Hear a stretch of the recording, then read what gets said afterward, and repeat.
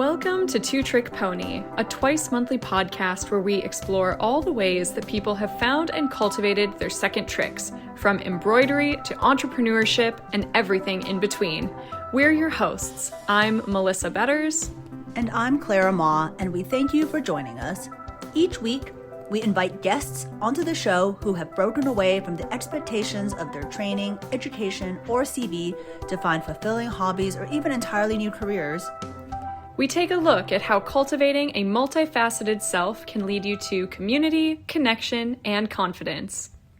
This week, we're going to be joined by Dr. Brielle Harbin, a political scientist, educator, and entrepreneur based in Maryland. Given that our guest today will be talking about her journey through academia and about how her current work helps support university faculty, we'll start with a few things you should know about academia. Academia is defined very broadly as the research and higher education community at large. Academic institutions, primarily universities, but also scientific research institutions, archives and libraries, and museums, are places of research and higher learning. Some of them can grant educational degrees, like a bachelor's or master's degree. These academic institutions are staffed by professors. Most people picture college professors primarily as teachers, standing in front of large lecture halls and sharing their knowledge with the next generation. While that's certainly part of it for many faculty, there is much more to a professor's job than just teaching. Professors are hired by universities mainly to do research, and each professor has their own unique research agenda, whether that's studying deep-sea corals or comparative healthcare systems. So in addition to teaching classes, professors are also doing research. That means applying to research grants to fund their own jobs and their projects, hiring and advising graduate and undergraduate student researchers, writing up and publishing the results of their research, and providing other services to the department, such as serving as department chairs or on hiring committees. In the U.S., only 1.5 to 2% of the U.S. population holds a PhD, with about 55,000 people earning a PhD each year. Research faculty almost always have PhDs, which typically take 5 to 7 years to complete, depending on your field of study. The timeline varies so much and isn't really comparable across fields, or even among students in the same department, because every project is different. After that, many people go on to work in a postdoctoral position, or postdoc, which is typically a temporary, contracted research position that lasts a couple of years and, in an ideal world, focuses on clarifying your research agenda. Once a researcher has enough experience, they may finally get hired on as a faculty member at an academic institution. Of everyone who earns a PhD, just 10 to 30% end up being hired as a professor at a university. Typically, you start out with the title of assistant professor, which, importantly, is not assistant to a professor. And then you move up to associate professor and finally to full professor. The difference between these ranks has to do with getting tenure.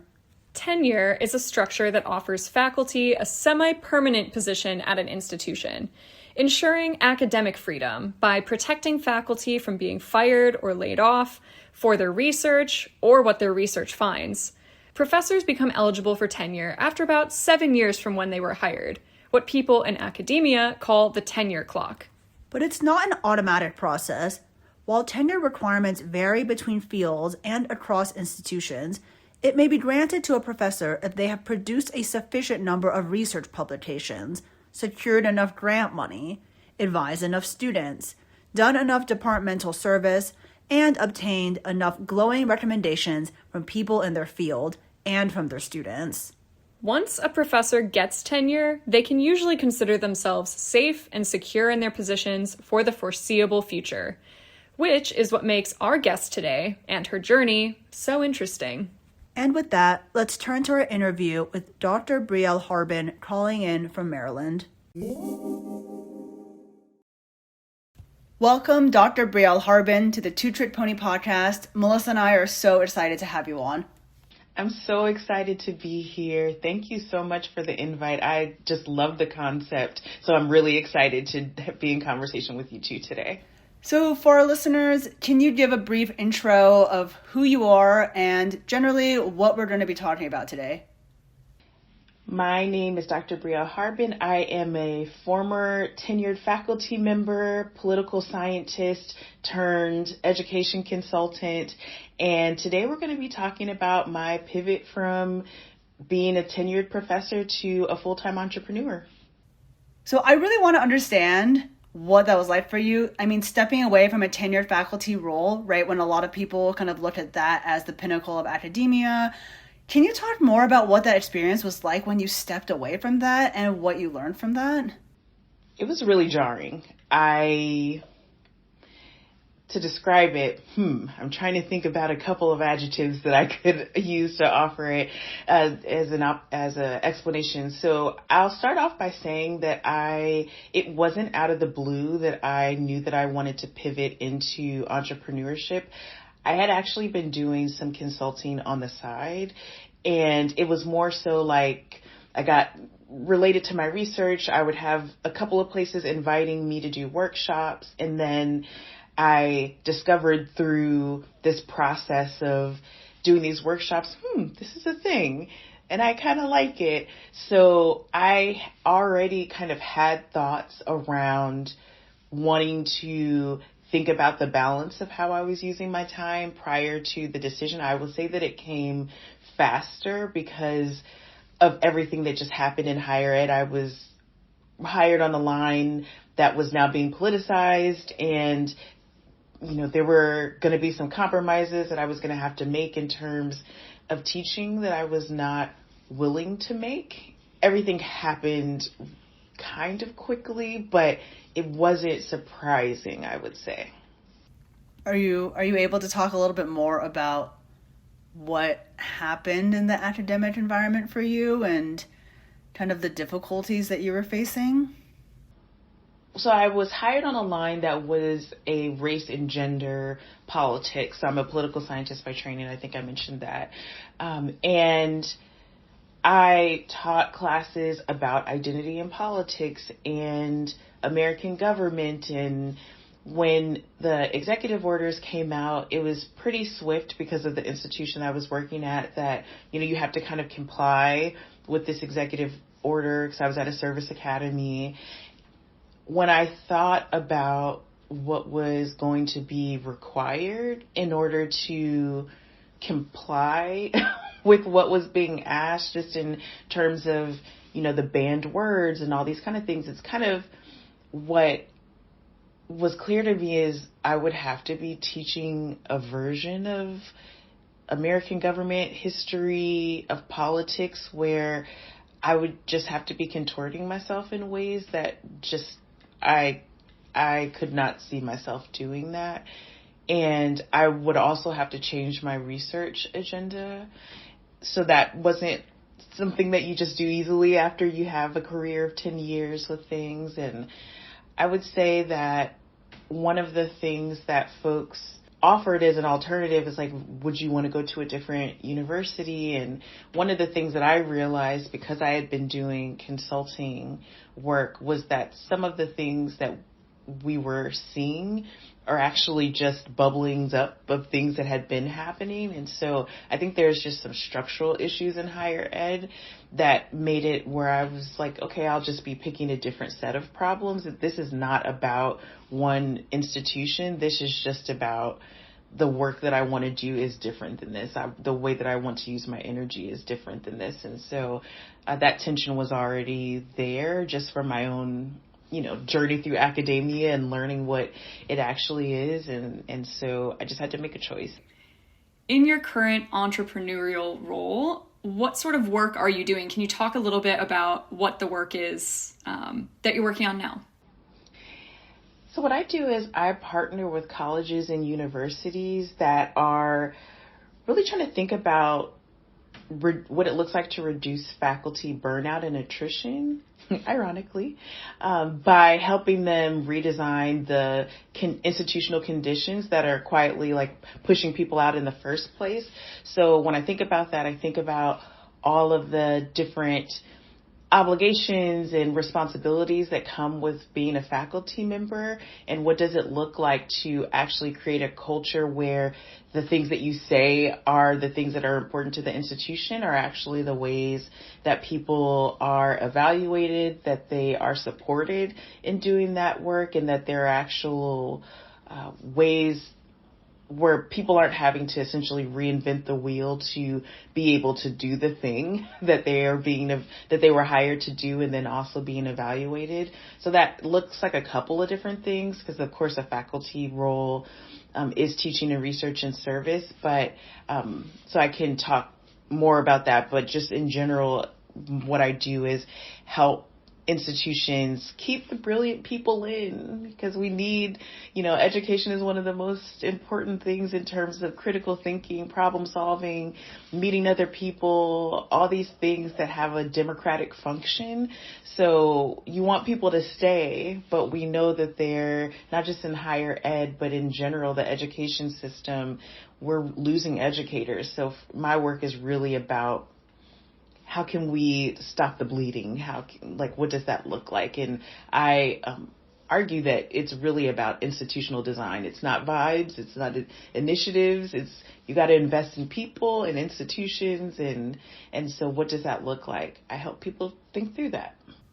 It's very clear that you're very passionate about this line of work. When you were approaching the thought of pivoting to something else outside of your tenure track job, were there other options that you potentially considered, and how did you sort of go about weighing those options as far as which route you wanted to take?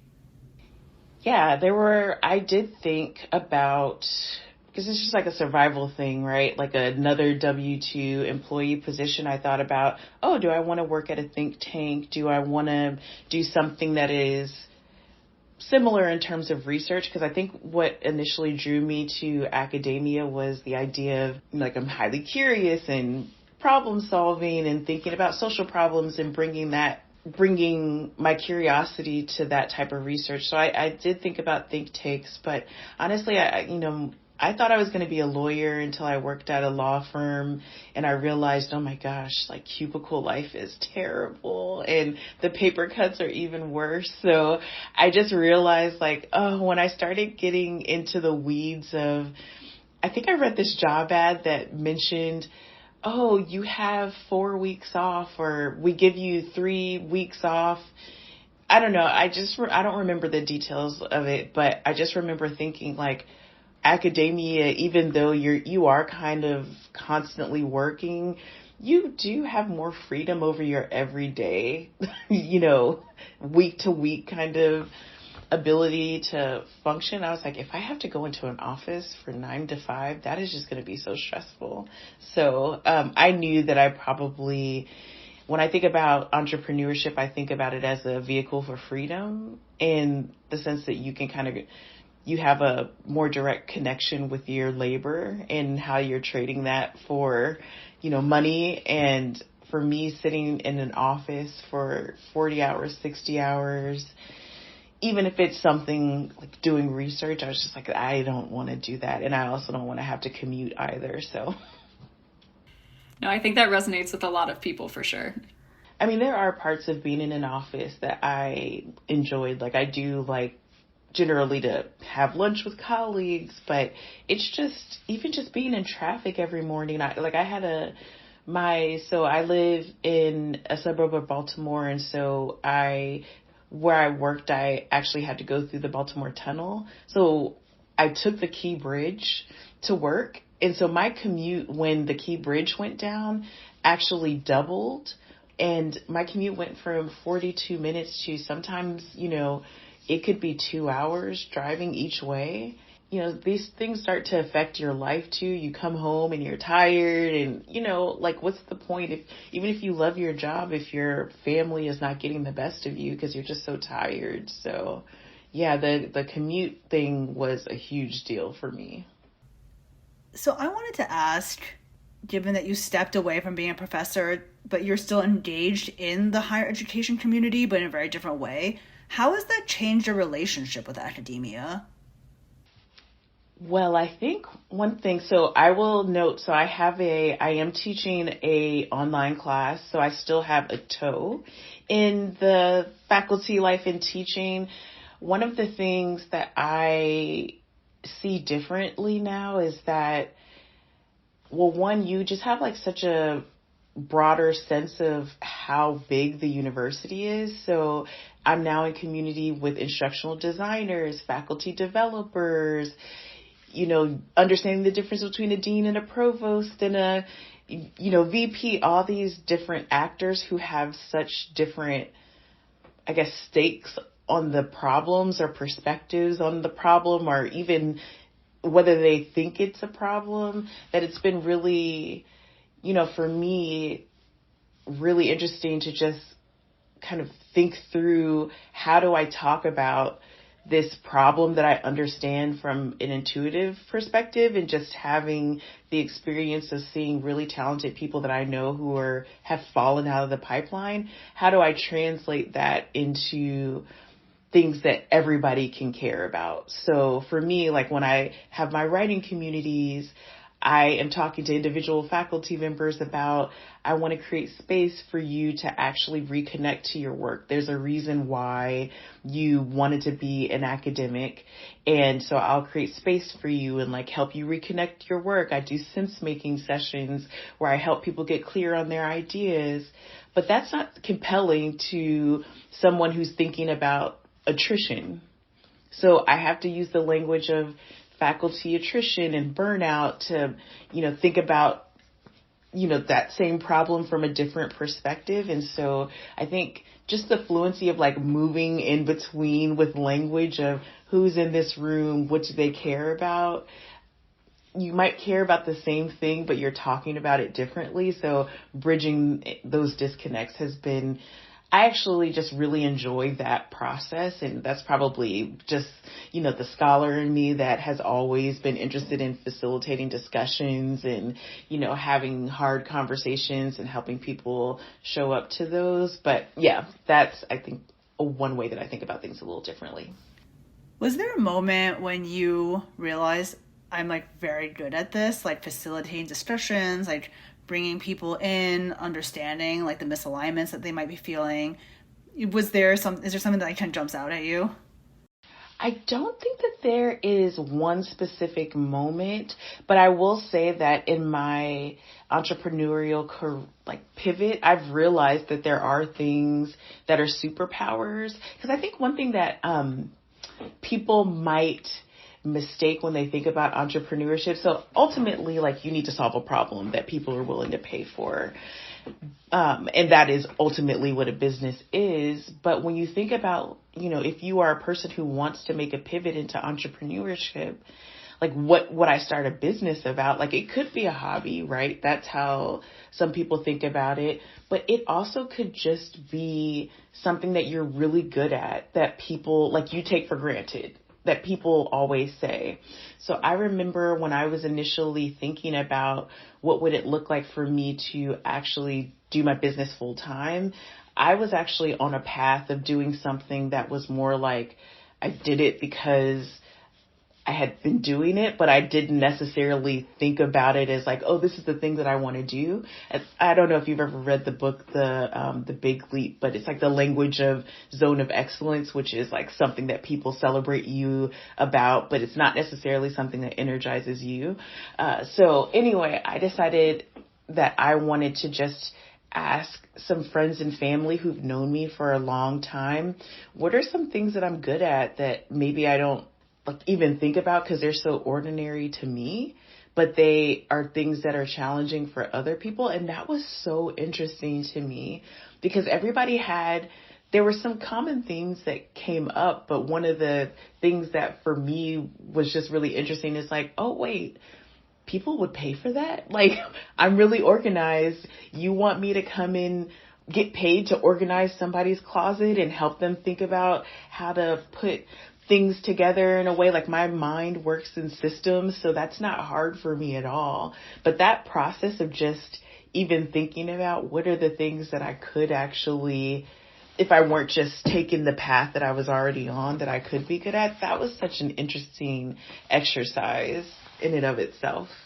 That is really interesting, especially what you said about asking like people in your life. So jumping off of that, not only does it sound like that process sort of revealed things for your like professional life, but how did this process affect how you think about yourself? Ooh, yeah, that's such a great question. So I will say, in full transparency, I was in a lot of therapy in this process because it is one of the things that I did not really appreciate until I made my pivot into entrepreneurship is how much our society is built with the assumption that we'll all just be W-2 employees, right?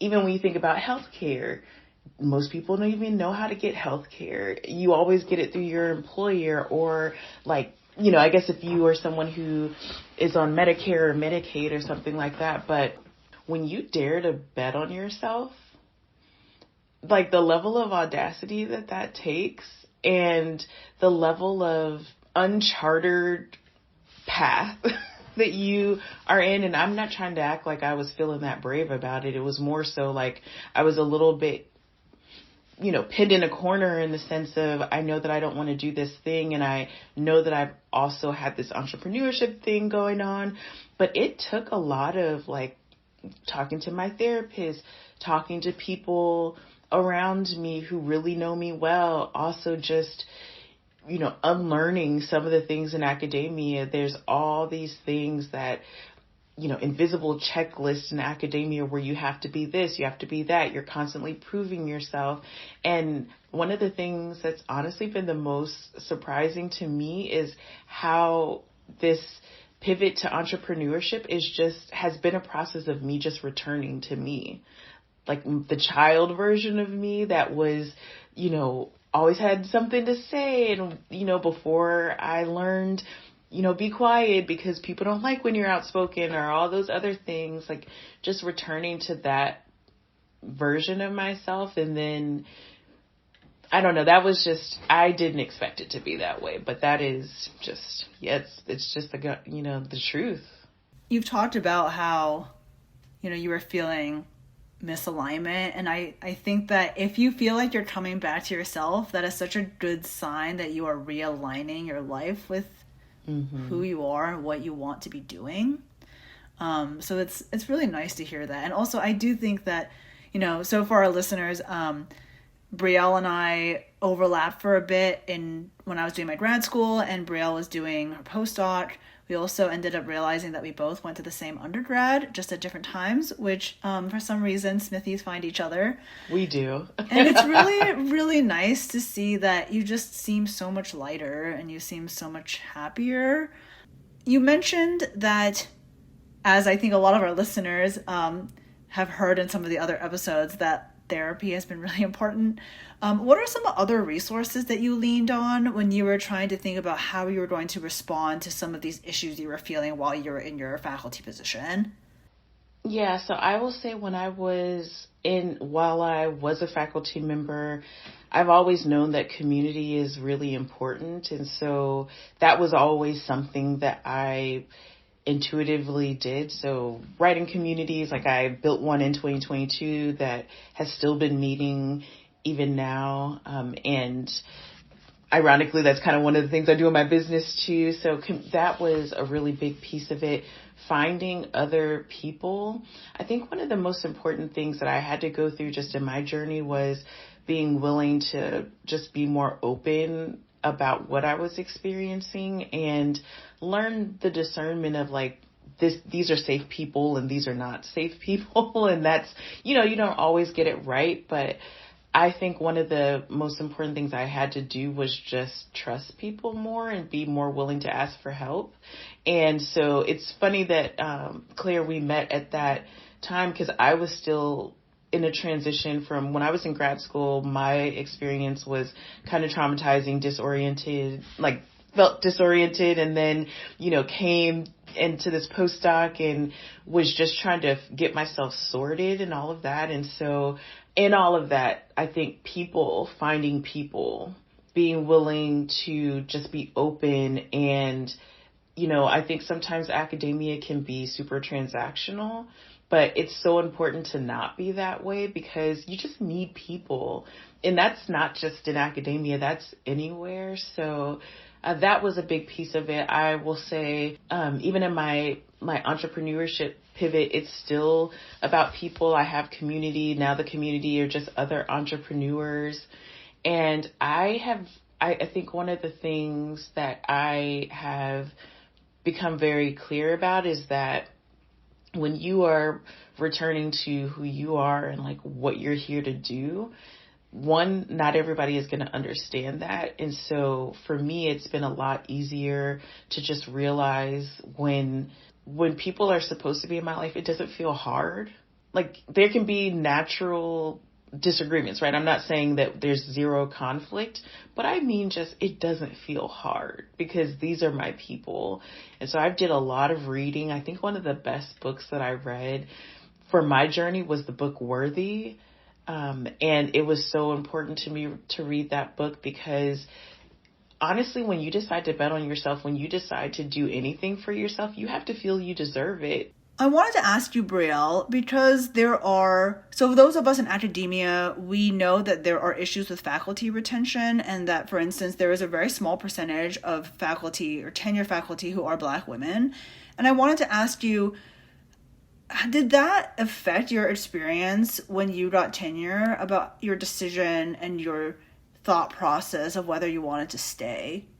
It didn't, because I had already, I guess the shine of academia had already worn off, where I realized, so we went to Smith, we talked about that as our shared experience, and I realized that Smith was just a really special place in terms of like the intellectual like synergy there, and just the extent to which, I don't know, whenever I think about in my time at Smith, I thought about it as a place where we were just sitting around and like using our brain power to kind of think about the world. And, we were really encouraged to lean into that. And so one of the things that felt a little bit frustrating for me as an academic is I just assumed that being an academic, there would be more, openness to different ways of knowing and doing work. And I realized that, there were kind of expectations of what kinds of ideas were valuable and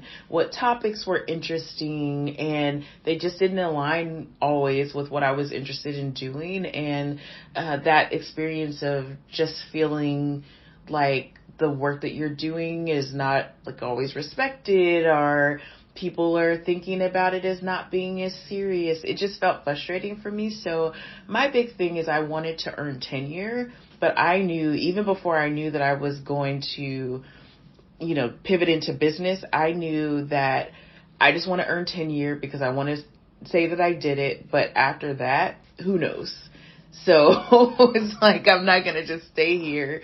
It's like, what does it mean to be a full professor if you have to just constantly justify the importance of your ideas? And, it just wasn't what I expected in that sense. It was actually really frustrating sometimes to have that experience. So everybody should make the best choice for them. So from where you are now, what do you wish you knew before you started this journey? Maybe before you even started your journey in academia? That's such a great question. I think I would have been just more intentional around connecting, like staying connected with people. So I have done a lot of moving around. I did a lot of moving around in my childhood, and then just academia forces that as well. But one of the things that for me, that I've realized is when you're an entrepreneur, most things in life are just about relationships. And so I'm just very fortunate that I've been by nature a person who will, just remember little things, or like, have one-on-one relationships with people where we can connect at a deeper level, even if we don't talk all the time. But I think if I were to do it over again, I would have just spent more time doing things like writing cards to people and staying connected. I just got a postcard from a new friend that I made, and it just made me feel really proud because it's like, this is the third person who sent me a handwritten card this year. And it's like, those are the kind of relationships that I want to nurture and have. And I think sometimes people say that they want those things, but are you the person who's ready to receive them? Are you like welcoming that energy? Like, what are you doing? And so I think I spent a lot of time like being so consumed with whatever it was that I was going through that I didn't always pour as much in the week to week or day to day of those relationships. And sometimes I wish I would have done more of that. And so, especially over the last 2 years, like I always do intention words. So my 2025 intention word was community for my personal life, connection for my business life. And I just doubled down on people. And like I just decided on Fridays, this is the day that I go, to this particular coffee shop, and I'll invite you to come, and, and like stopped feeling so much anxiety around it. Because I think I was just feeling a little bit of anxiety around all the things that felt like obligations. But yeah, I just wish I would have figured that out, because I think there's some people who are like always the people who send New Year's cards or they send birthday cards. And I'm like, I want to be that person that sends the cards, but also you got to like create a system around that to be that person. So I probably would have started that a little bit earlier. I think I remember you posting something, maybe it was during the new year, about intention words. I think I remember thinking about what mine were as well. And I think last year mine was something like, I just want to bring something beautiful into the world. And it was like, it helped me to kind of think about, what do I want to be spending my time doing? And so I actually ended up spending most of that year, and also this year, learning, like returning to like my love for music and learning to replay some types of music and getting into that. So I really like that practice. I think it's really helpful for people to kind of stay grounded. Yeah, so the idea of, and what I love about that particular goal is making beauty is so expansive. That could be music, it could be all kinds of arts, it could be around relationships, it could be about your own relationship with yourself, others. Like, there are just so many different things. I love that. I have to ask this question because, as you know, our show is called Two Trick Pony. And so, right, in some ways, your first trick, I would say, is your career as a political scientist and professor teaching political science research. And your second one is this entrepreneurship, this pathway that you've taken to education consulting. What would you say are the connections that you see between these two things? Beyond the fact that they both engage academia in some way, but is there something you see about the type of work that you were doing in political science and what you're doing now?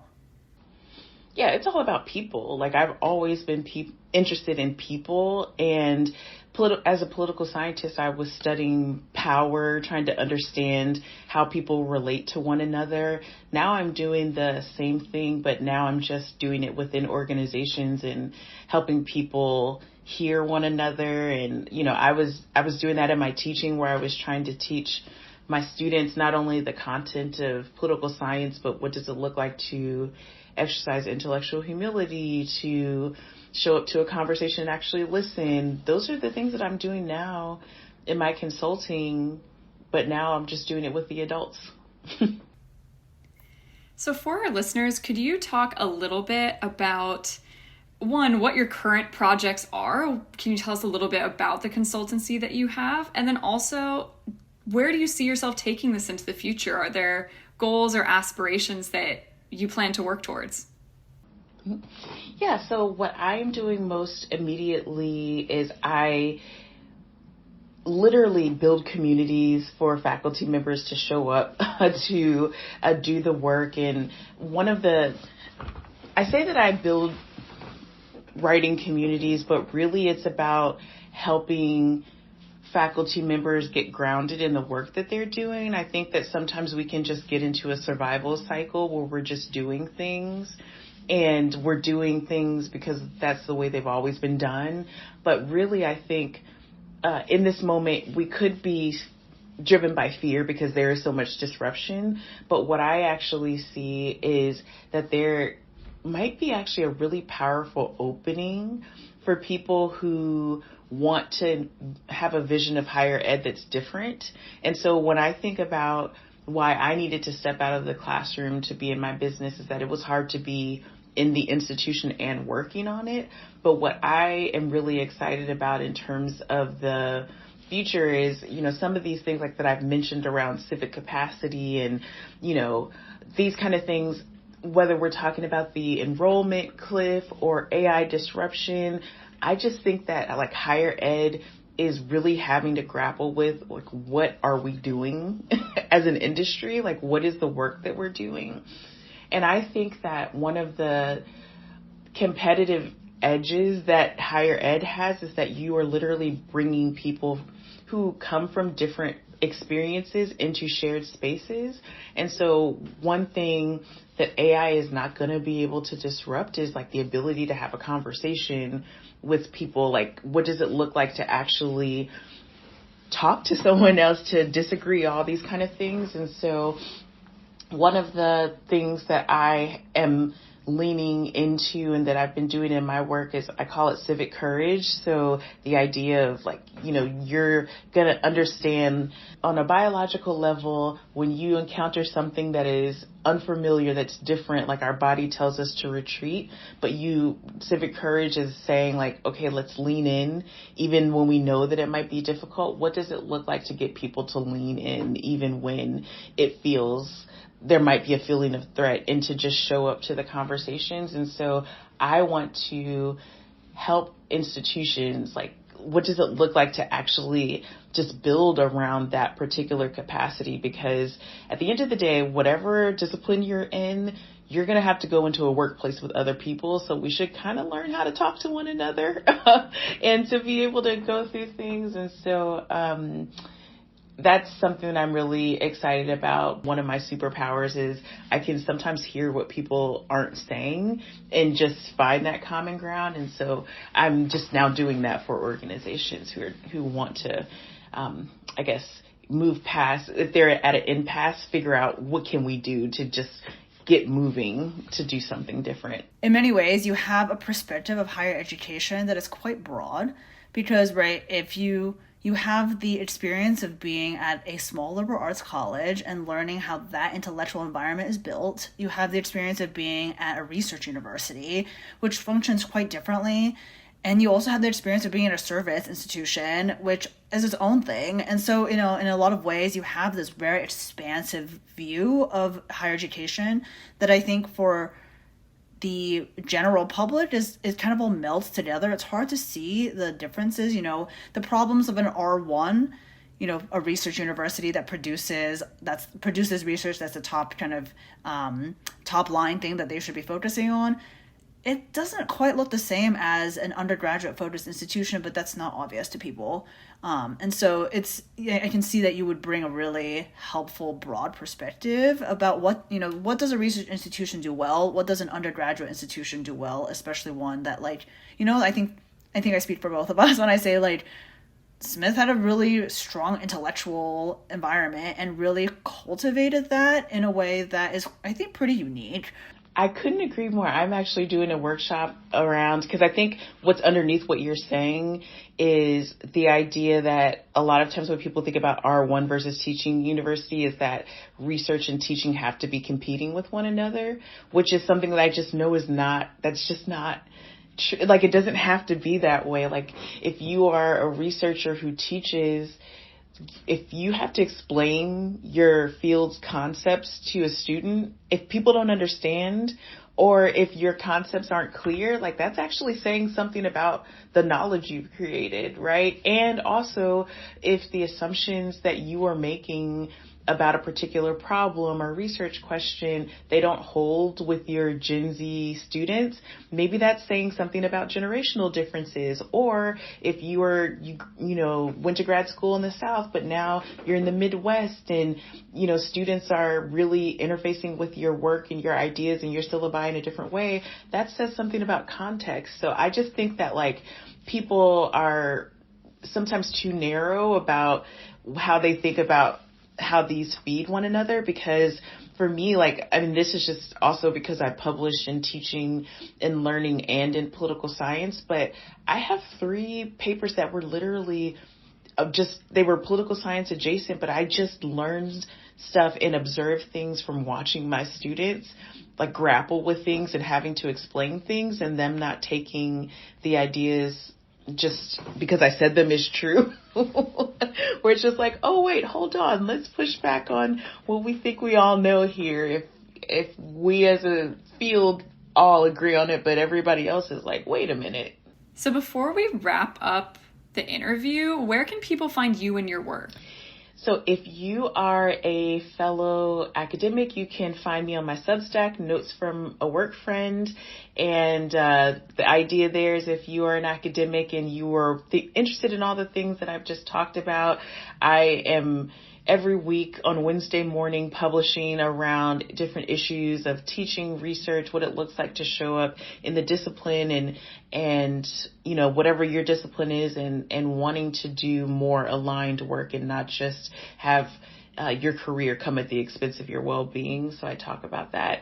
If you're interested in the pivot from academia to entrepreneurship, you can find me on Instagram, where I have been documenting my experience. So it's just Dr. Brielle Harbin, and I talk a little bit about when I quit my job, and then just all the stuff that I'm learning since I whatever my day-to-day is and the different things that I'm doing, I'm just documenting it, mainly because it's a kind of, I don't want to lose or forget things. And I also have realized that a lot of people think about this, I decided to do. And so I'm just trying to make the path legible to other people if it is something that you want to do. Not to say that you quit your job, but that, you think about entrepreneurship as a possibility for you. So you can see that on Instagram. Great. Awesome. So we just want to close out the interview with a few quick rapid fire questions. We always end our conversations this way. So this means that your answers have to be short and we will keep them kind of clipping. Okay. So the first one is, do you prefer teaching small intensive seminars or giving big lectures? Small intensive. What is your favorite way to relieve stress? Dancing in my living room. Name one tool that you use that you are unreasonably emotionally attached to. Oh, wait a minute. Okay, hold on. So, unreasonably attached to. So, I'm going to say Loom. I just love Loom, which if you've never used this app, you record your screen and you give feedback to people. And as someone who my least favorite thing to do with teaching was writing feedback, I just love being able to share my screen, record, and talk through when somebody asks me to look at something. And it's just I use Loom for everything. It's not just written essays. It's literally even if you want me to look at your website, I love recording a Loom video. What would be the ultimate gift to buy somebody who's considering becoming their own entrepreneur? I know, so I'm having a hard time thinking about a very specific thing, but I think anything that just encourages them to slow down and breathe more deeply. Because if you want to be an entrepreneur, you need to be connected, you need to be self-aware, you need to be rooted. And so whatever that thing is, everybody has a different way to do that, but you need to be able to do that because you need to learn how to hear your intuition, and you can't do that if so many things are buzzing. Can you share a fun fact about college bureaucracy? Fun and college bureaucracy? I will say, I guess a fun thing about college bureaucracy, the longest it's ever taken me to get paid for a consulting thing I did, and I will not name the university, but I will say that it was 2 years and it was only $500. And at a certain point I was just whatever. It was I don't even want to, this is just wasting so much of my time to get this money, but I eventually did get it, and with no apology, so. Wow. Oh my gosh. trying to say I can imagine that happening. Yes, me too. Yeah, it's always the thing that's the honorarium where it's just like, if you just want me to come and just give me a gift or just give, like, I don't know, just say thank you, give me a handwritten card, because that's the hardest thing to get out of a university is anything related to a check. What is the next thing that you'd like to learn? I really want to learn how to be a good plant mom. So I have one plant right now, and I just feel so proud. I named her Viola after Viola Davis, and she's gone. So I think she's a South African plant, so the climate has been really rough. So like in the winter, it's a struggle, but I talk to her. I've learned how to water her, and I would love to just have like a plant room and just be like, there's so many like health benefits of being around plants, and I would just love to be better at tending to plants. This is my first successful plant. So Viola, we've been going strong for about 2 years now. That's a great goal. I love plants too, so I have a lot of plants. And you're good at it? I'm okay. It depends on the environment. So they're very finicky, and once they changed homes, a lot of my plants passed, and it was really sad. And you really do, like, I can't imagine naming them. My plants have names, but they're like Sad Boy and like the Queen and things like that. I don't know if I could handle it if I had a plant that was named like Viola and I couldn't save her. Oh yeah, that's the other side of it. But then it's like, I tap into my Viola energy and know that I can do it. Yes. That's the right way to think about it. Finally, do you have any last words of wisdom that you would like to share with our listeners? That you can do it. Whatever it is that you are thinking, that you have had in the back of your mind, like, oh, I wonder if I could ever. Yes, you could. You just have to decide that it's what you want to do. And once you make that decision and you believe it really, like, in your core, in your belly, then you start to create that reality for yourself. Opportunities come up. And so I think the biggest thing that a lot of us have that is in our way is just ourselves and our own ability to just believe in ourselves. So that's where the work starts. Well, I want to say thank you, Brielle, for coming onto Two Trick Pony. And I've really been so fascinated by your journey and your courage in making this transition. You know, I always love listening to people talk about what kind of personal experiences have driven them to make these big changes, because I do think it's really scary, and it's like the uncertainty can be really overwhelming. But hearing that kind of encouragement from someone who is in the thick of it is just, I think it's really inspiring. Yeah, thank you so much. I appreciate it. And I will say courage feels like a big word to me, but I receive it. And also I just continually remind myself, even when I don't feel courageous, that most of everything that's ever been hard, I've been able to rise to the occasion. So that is what I remind myself of. And my friends who are entrepreneurs too, I remind them to remember that about themselves too, because it feels less daunting if you really just put that into perspective. Thank you so much again, Brielle, for coming onto the show. Thank you for having me. Listeners, thank you so much for tuning in this week. We will be back for our next episode in 2 weeks. If you want to get in touch with us, or if you know a two-trick pony who would be a great fit for the show, please let us know by email at twotrickponypodcast@gmail.com. You can also follow us on Instagram at twotrickponypodcast. Those are both with the number 2. And if you liked this podcast, please rate us and subscribe so you never miss an episode. Thank you so much for listening, and we'll see you next time.